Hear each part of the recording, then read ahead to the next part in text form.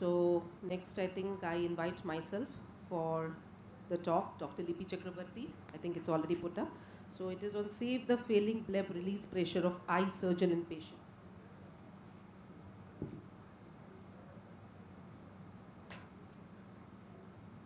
What happens is that when a glaucoma surgery fails, then सबका pressure बढ़ जाता है, वो आँख का हो या फिर patient का हो या फिर surgeon का हो. So I'm here to release some of this pressure by trying to manage a failing, not a failed, but a failing trabeculectomy. No financial disclosures here. So first, what steps we need to do when we try to manage a failing trabeculectomy, a failing bleb? Recognize failure. We should know what are the signs of a failing bleb. Next is to identify the probable cause or causes. Treatment part involves dealing with the increased intraocular pressure and trying to restore the bleb function. So we'll be coming to this one by one. This is the famous classification. Can I have it from the audience? What is this classification if you're into glaucoma? This is the Indiana Bleb, as Prerna told. So this is the Indiana Bleb classification. We should have an idea that how a low-lying bleb that looks, how a high bleb looks, what is avascular cystic, what is mild vascularity. The pics, maybe they are not so clear on the screen, but you can find this image almost everywhere. In a glaucoma clinic, we have this. So having a cataract surgery, I often quote, it is something like having an affair, you know, whether you are doing a day affair or a night affair, it depends on that. So you forget about it. You have it and you forget about it. But getting a glaucoma surgery done or doing a glaucoma surgery, doing a trab, it is something like getting into marriage. So you have to stay with the eye, with the patient, almost lifelong. So the first step in management of failing trabeculectomy is recognize failure. Elevated IOP with a deep anterior chamber. I'm not coming to the causes of elevated IOP with shallow anterior chamber. There we have aqueous misdirection syndrome and other causes. So elevated IOP with a deep anterior chamber. Here we have the typical failing bleb, which is low to flat, heavily vascularized, no microcyst. Causes may be tight sutures, internal block due to iris blocking the ostia or vitreous, incomplete excision, not a good punching.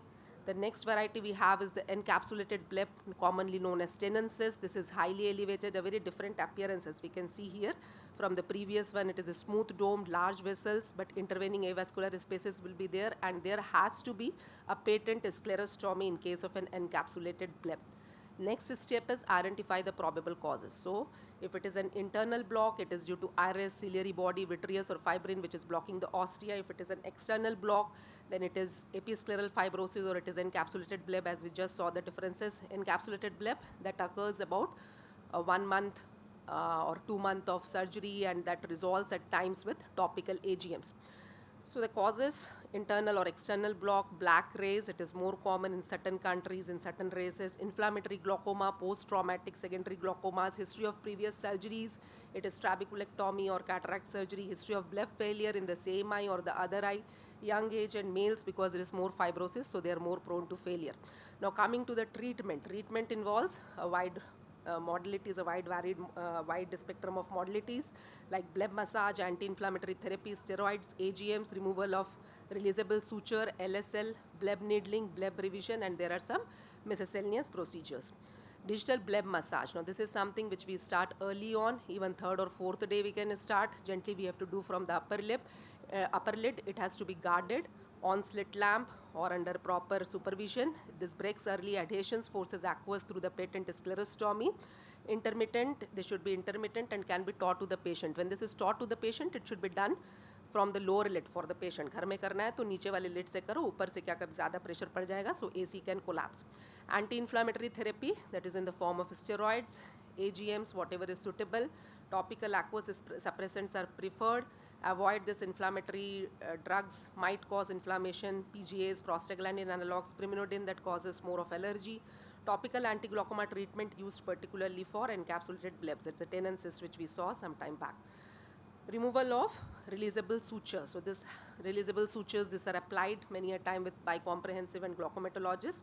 This removal can be done even 2 weeks, 3 weeks. After 2-3 months, this does not result in much of a result because fibrosis sets in. one suture is to be removed at a time and apical suture has to go last. So here a nice bleb is formed without any distal massage, just the apical releasable suture is removed and we can get a nice almost overhanging bleb. Always check the AC depth after doing all this distal massage and removal of sutures. So here is a patent PI, that is laser, aridectomy, surgical aridectomy done during trap, and we are getting a good Van Herrick. Laser suture lysis, again there are different settings, and DIAG is mostly used. One suture at a time has to go within 3 to 6 weeks. This is to be done better, and always distal massage should be given after lysing one suture. If we are finding that the bleb is not forming, distal massage dene ka. So this is one case, 3 intermittent sutures have been used. This is one of the early cases of fellowship. Here what has not been done, distal massage. Sutures तीनों lyse कर दिए गए हैं, all 3 sutures have been lysed, but distal massage has not been given. So now distal massage is being given. It is being given gently, intermittent, and we can see that the bleb has started forming. So I have not edited this. I have kept the same speed.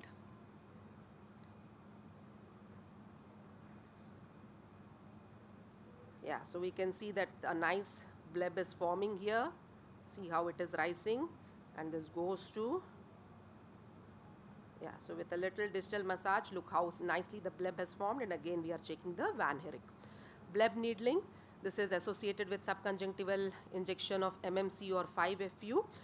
We go with a blunt needle, whatever one is comfortable with, 23, 24 gauge, and then we blindly, this is a blind procedure as such, we remove that fibrosis, and that needle, if it goes through the ostia, then it is even better. Ostia se jo humko leke jaane ka, and we have to see whether the sclerostomy is patent or not. Sometimes this is done with anterior chamber maintainer also to see the direction of fluid into the bleb. Bleb revision, if nothing works, then dissect conjunctiva from fibrous tissue, excise the fibrous tissue, resuture the conjunctiva, and plan for a second glaucoma surgery. Miscellaneous tissue plasminogen activator that may be injected subconjunctivally when blood or fibrin present in aqueous outflow pathway. This is more of a theoretical thing. NDIAG laser disruption, yes, it is done if something is blocking the ostia, if it is fibrin or it is a iris which has not been cut nicely, then we can do NDIAG laser disruption of that. So to conclude, for management of failing trabeculectomy, we should first need to identify that the bleb is failing. Evaluation of probable causative factors, we need to discuss the situation with patient and relatives, address the cause if we can, and if nothing works, then as I told, it's like a marriage. Ultimately, you have to divorce it and then plan a second marriage, plan a second surgery. That may be the newer procedures or valve or even a second trap. So what seems to be an iceberg when we think of glaucoma surgeries is actually only the tip of the iceberg.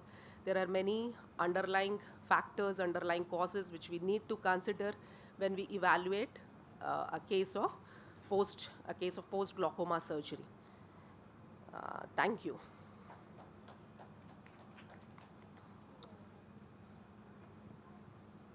Yeah, I think Dr. Prerna has some question.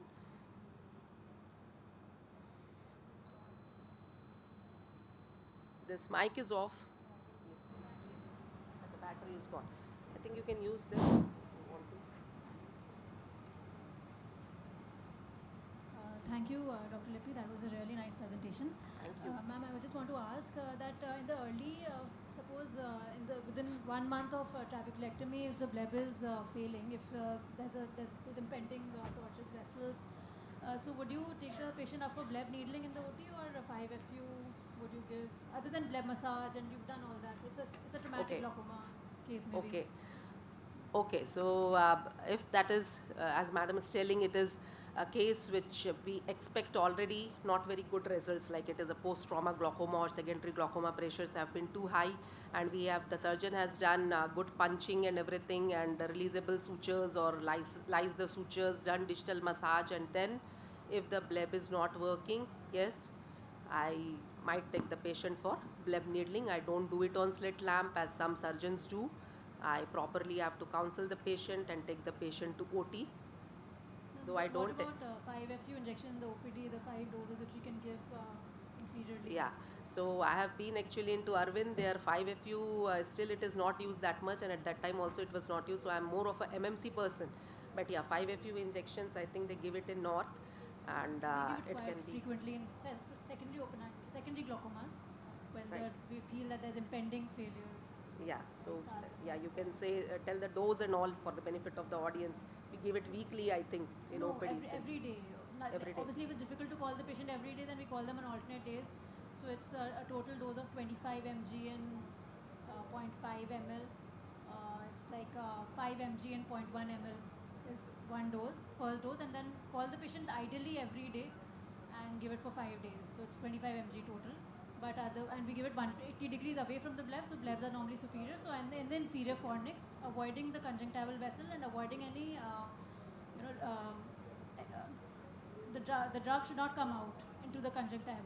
There should be a proper bleb formed with the 26 gauge needle. So we give it not very frequently, but if we feel that there's an impending failure, we do give a trial of 5-FU first, and it does work in a lot of cases. Right. Thank you for the insight, Dr. Prem.